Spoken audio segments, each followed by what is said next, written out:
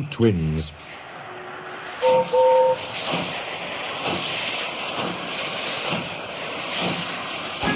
More and more people travelled on the Fat Controller's railway. More and more ships came to the harbours. Everyone had to work very hard indeed. The trucks complained bitterly. But then trucks always do, when no one takes much notice. The coaches complained too. No sooner had they arrived with one train than they had to go out again with fresh passengers with another. We don't know whether they're coming or going, they protested. We feel quite distracted. No one can say, grumbled Henry, that we're afraid of hard work, but we draw the line at goods trains, finished Gordon.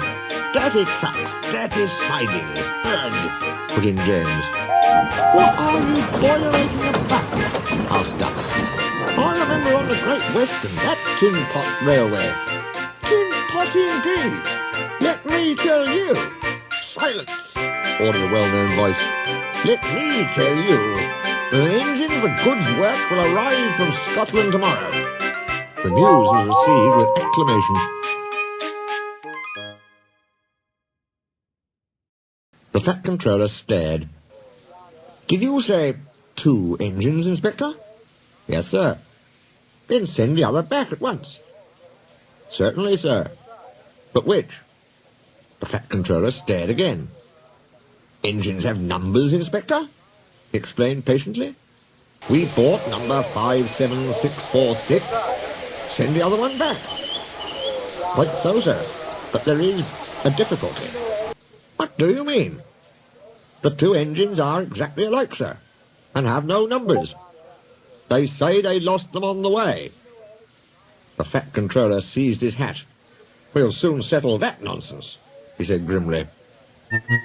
The 2 engines greeted him cheerfully. I hear you've lost your numbers, he said. How did that happen? Me mourner slyly slip it off, sir. You ken who it is. The engines spoke in chorus. I know.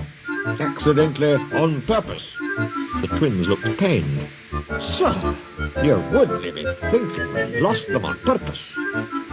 I'm not so sure, said the Fat Controller.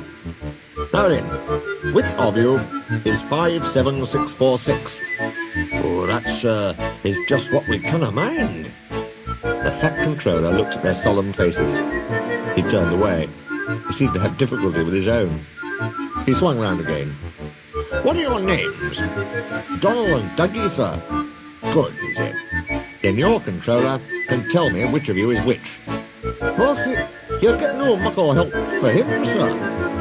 Why? He didn't ken our names, sir. How could he? We only given ourselves names when we lost our numbers. One of you, said the Fat Controller, is playing truant. I shall find him out and send him home. Inspector, he ordered, give these engines numbers and set them to work. Soon workmen came to give the twins their numbers. Donald was 9 and Douglas 10. When the men went away, they were left alone in the shed. You may have noticed, Dougie, that yon painters forgot something. What did they forget? They painted braw new numbers on our tenders, but they put none on us. Donald winked broadly at his twin. Do you mean, grinned Douglas, that we can... Just that, chuckled Donald. Who'd you wished? Here's the Inspector. No 9 and 10, smiled the Inspector. Here's Duck. He'll show you round before you start work.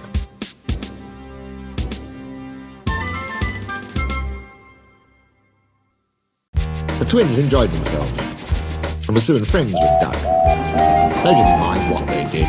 They tackled goods trains and coaches easily. But once the twins had shunted them, trucks knew better than to try any tricks. We like it fine here, said Donald. That's good, smiled Duck. But take my tip. Watch out for Gordon, Henry and James. They're sure to try some nonsense. Dinna fuss yourself. We'll soon settle them.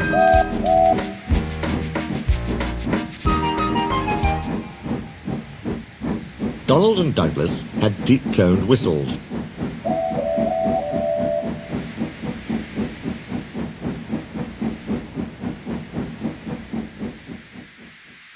They sound like buses, said Gordon. "Or ships," sniggered Henry. "Tugboat Annie," laughed Gordon. "Ha, ha, ha."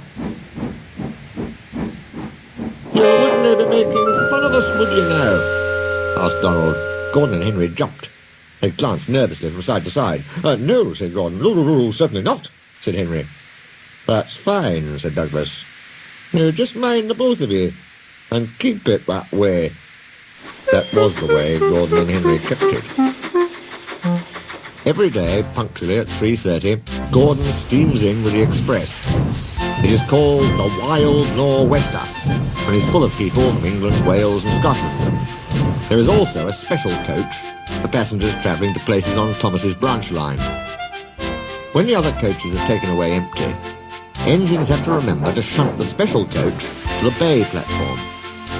It doesn't wait there long. Thomas, with Annie and Clarabelle, comes hurrying from the junction to fetch it.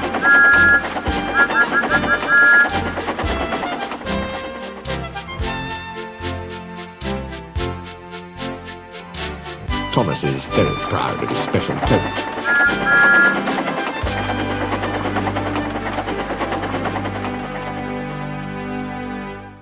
One afternoon, Douglas helped Duck in the yard, while Donald waited to take a goods train to the other end of the line. As Duck was busy arranging Donald's trucks, Douglas offered to take away Gordon's coaches. Douglas was enjoying himself when an awful thought struck him. "I hope the fat controller doesn't find out I shouldn't be here. I couldn't abide going back." He worried so much over this that he forgot about Thomas's special coach. He pushed it with the others into the carriage siding, then ambled along to join Donald at the water column. Soon Thomas came fussing. "Where's my coach?" "Coach?" asked Donald. "What coach?" "My special coach that Gordon brings for me. It's gone. I must find it." "Your sake," said Douglas. "I'm on a stowed the special coach with the others." "You see that?" exclaimed Donald's driver. A mob of angry passengers erupted from the siding. "They're complaining to the fat controller. He'll be coming here next." "Now listen," said Douglas's driver. "We'll change tenders. Then I'll wire with ye, Donald, and take yon goods. Dinna flash about us. Quick now, do as I say." The fat controller and 3 passengers walked towards them. But Donald, with Douglas's tender, number 10, was out and away with the goods before they came near. Douglas and his driver waited with innocent expressions. "Ah," said the fat controller, "number 9. And why have you not taken the goods?" "My tender is awa, sir." The driver showed him the tender, still uncoupled. "I see. Some defect, no doubt. Tell me, why did number 10 leave so quickly?" "Maybe, sir," put in Douglas, "he saw you coming and thought he was late." "Huh," said the fat controller. He turned to the passengers. "Here, gentlemen, are the facts. Number 10 has been shunting the yard. Your coach disappeared. We investigate. Number 10 disappears too. You can draw your conclusions. Please accept my apologies. The matter will be investigated. Good afternoon, gentlemen." The fat controller watched them. His shoulders twitched. He wiped his eyes. Douglas wondered if he was crying. He wasn't. He swung round suddenly. "Douglas," he rapped, "why are you masquerading with Donald's tender?"